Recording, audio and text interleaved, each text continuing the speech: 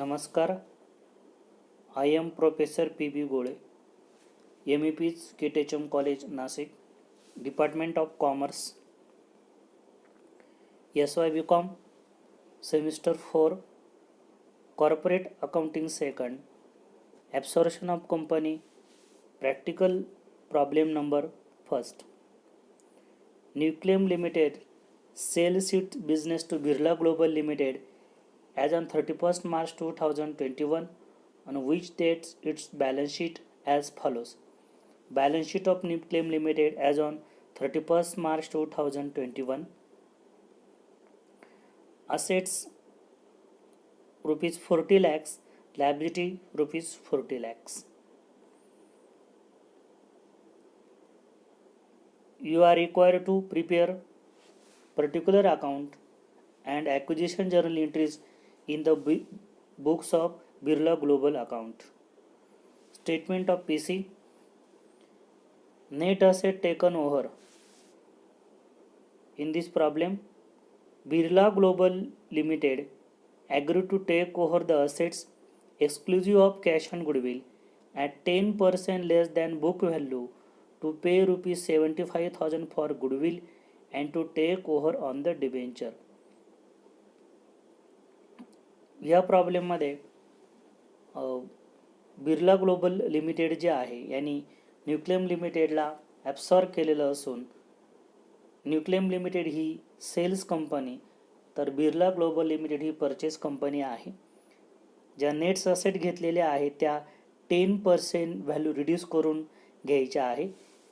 Freehold property 1,50,000,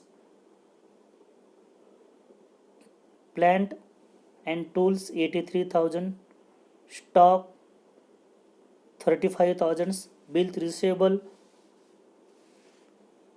4,500, sundry debtors 27,500, total 3 lakh. Less 10% reduction value 30,000 is equal to 2,70,000. Less add goodwill 75,000, total 3,45,000. Less debenture taken over 1 lakh, PC total 2,45,000. Discharge of PC.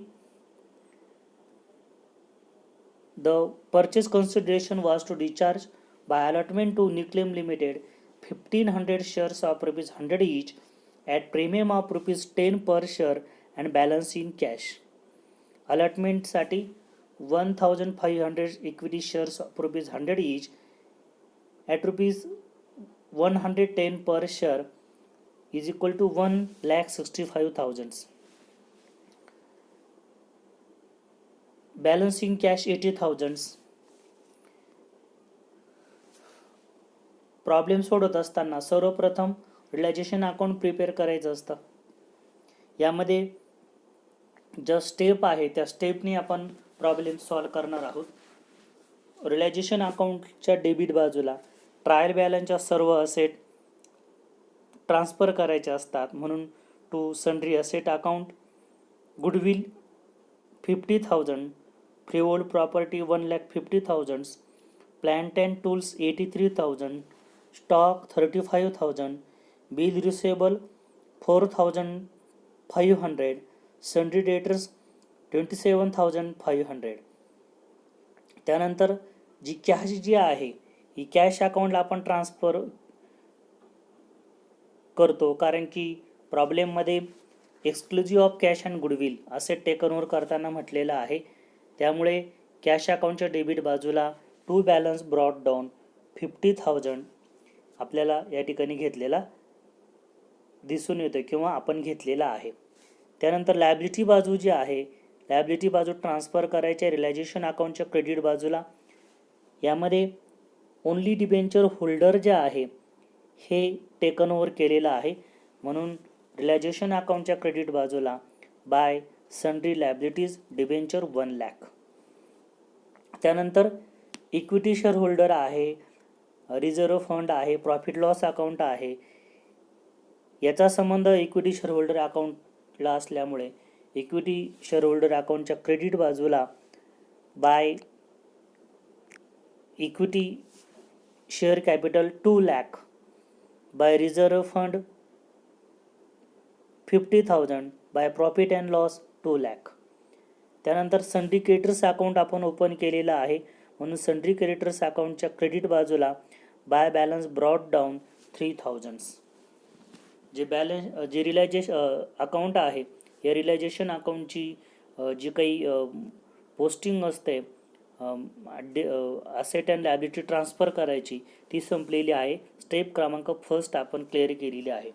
Step क्रमांक second, जो PC जो असतो हा PC transfer करायचा. First effect आहे credited to realisation account by Birla global limited, purchase consideration 2,45,000. आणि second effect PC will transfer to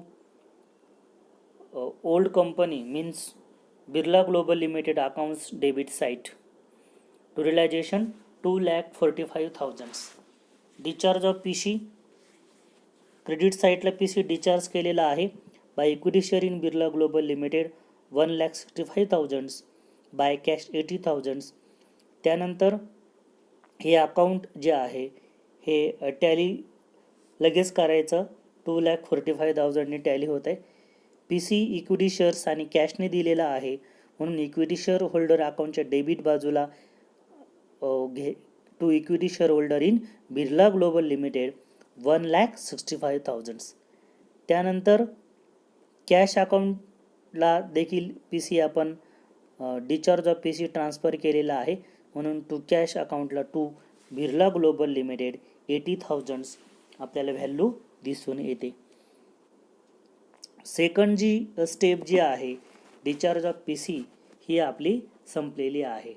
त्यानंतर तिसऱ्या स्टेप्समध्ये आपण ज्यावरती ॲडजस्टमेंट आहे त्या ॲडजस्टमेंट्स आपण सॉल्व करत असतो. पहिली जी ॲडजस्टमेंट आहे the cost of liquidation amount to ₹3,000. पहिला इफेक्ट जो आहे तो रिलायझेशन अकाउंटच्या डेबिट बाजूला असतो, इथं आपण म्हटलं टू कॅश 3,000. दुसरा इफेक्ट कॅश अकाउंटच्या क्रेडिटला by realisation cost of liquidation जो लिक्विडेटर असतो त्याच्यासाठी केलेला हा खर्च असतो. त्यानंतर sundry creditors paid in cash by Birla global Limited. Sundry creditor जे आहे हे कॅशने पेड केलेला आहे, म्हणून टू कॅश. आणि दुसरा जो इफेक्ट जो आहे हा जी कॅश अकाउंट आहे कॅश अकाउंटच्या क्रेडिटला म्हणायचं आहे bye sundry creditors 3,000. Cash account देखील टॅली झालेला आहे. त्यानंतर 4 आपली स्टेप जी आहे की प्रॉब्लेम क्लोज करून ज्या अमाऊंट असतील त्या आपल्याला ट्रान्सफर करायच्या आहे. टॅली रिलायझेशन अकाउंट आहे 3,53,000. आणि या प्रॉब्लेममध्ये आपल्याला लॉस आलेला दिसून येतो. To equity share holder loss of realisation 8,000. Equity share holder अकाउंटच्या डेबिट बाजूला जो लॉस आहे हा ट्रान्सफर करायचा आहे टू रिलायझेशन 8,000. त्यानंतर equity share holder account close करायचा आहे 2,70,000 टोटल येते. त्यानंतर जी बॅलन्सिंग फिगर असते तिला टू कॅश म्हणायचा आहे. टू कॅश आली आहे 97,000. कॅश अकाउंटच्या क्रेडिटला जी बॅलन्सिंग फिगर आहे इक्विटी शेअर होल्डर अकाउंटची ती ट्रान्सफर करायची bye equity share holder account 97,000. Cash account 1,30,000 tally झालेला आहे. अशा पद्धतीनं जी सर्व अकाउंट आहे यामध्ये टॅली झालेली आहे. त्यानंतर acquisition entries in the books of global limited. जी बिर्ला ग्लोबल लिमिटेड आहे यांनी PC जो आहे तो डिस्चार्ज केलेला आहे किंवा PC जो आहे हा न्यूक्लेम लिमिटेडला दिलेला आहे, म्हणून business purchase account debit to liquidator of Newclaim Limited account 2,45,000 being the amount of purchase consideration payable to Nucleum Limited on purchase their business. त्यानंतर दुसरा जी एंट्रीज आहे यामध्ये जो काही पी सी जो आहे या पी सी कॅल्क्युलेट करत असताना जो काही आपण डीच्यावर जो पी सी कॅल्क्युलेशन केलेला आहे त्यावर ही एंट्री अवलंबून असते. परचेस कन्सिडरेशन्समध्ये जर आपण बघितलं तर या अमाऊंट्स आपल्याला लगेच दिसतील. फ्रीहोल्ड प्रॉपर्टी 1,50,000 आहे आणि त्यामधून 10% रिडक्शन केल्यानंतर 1,35,000.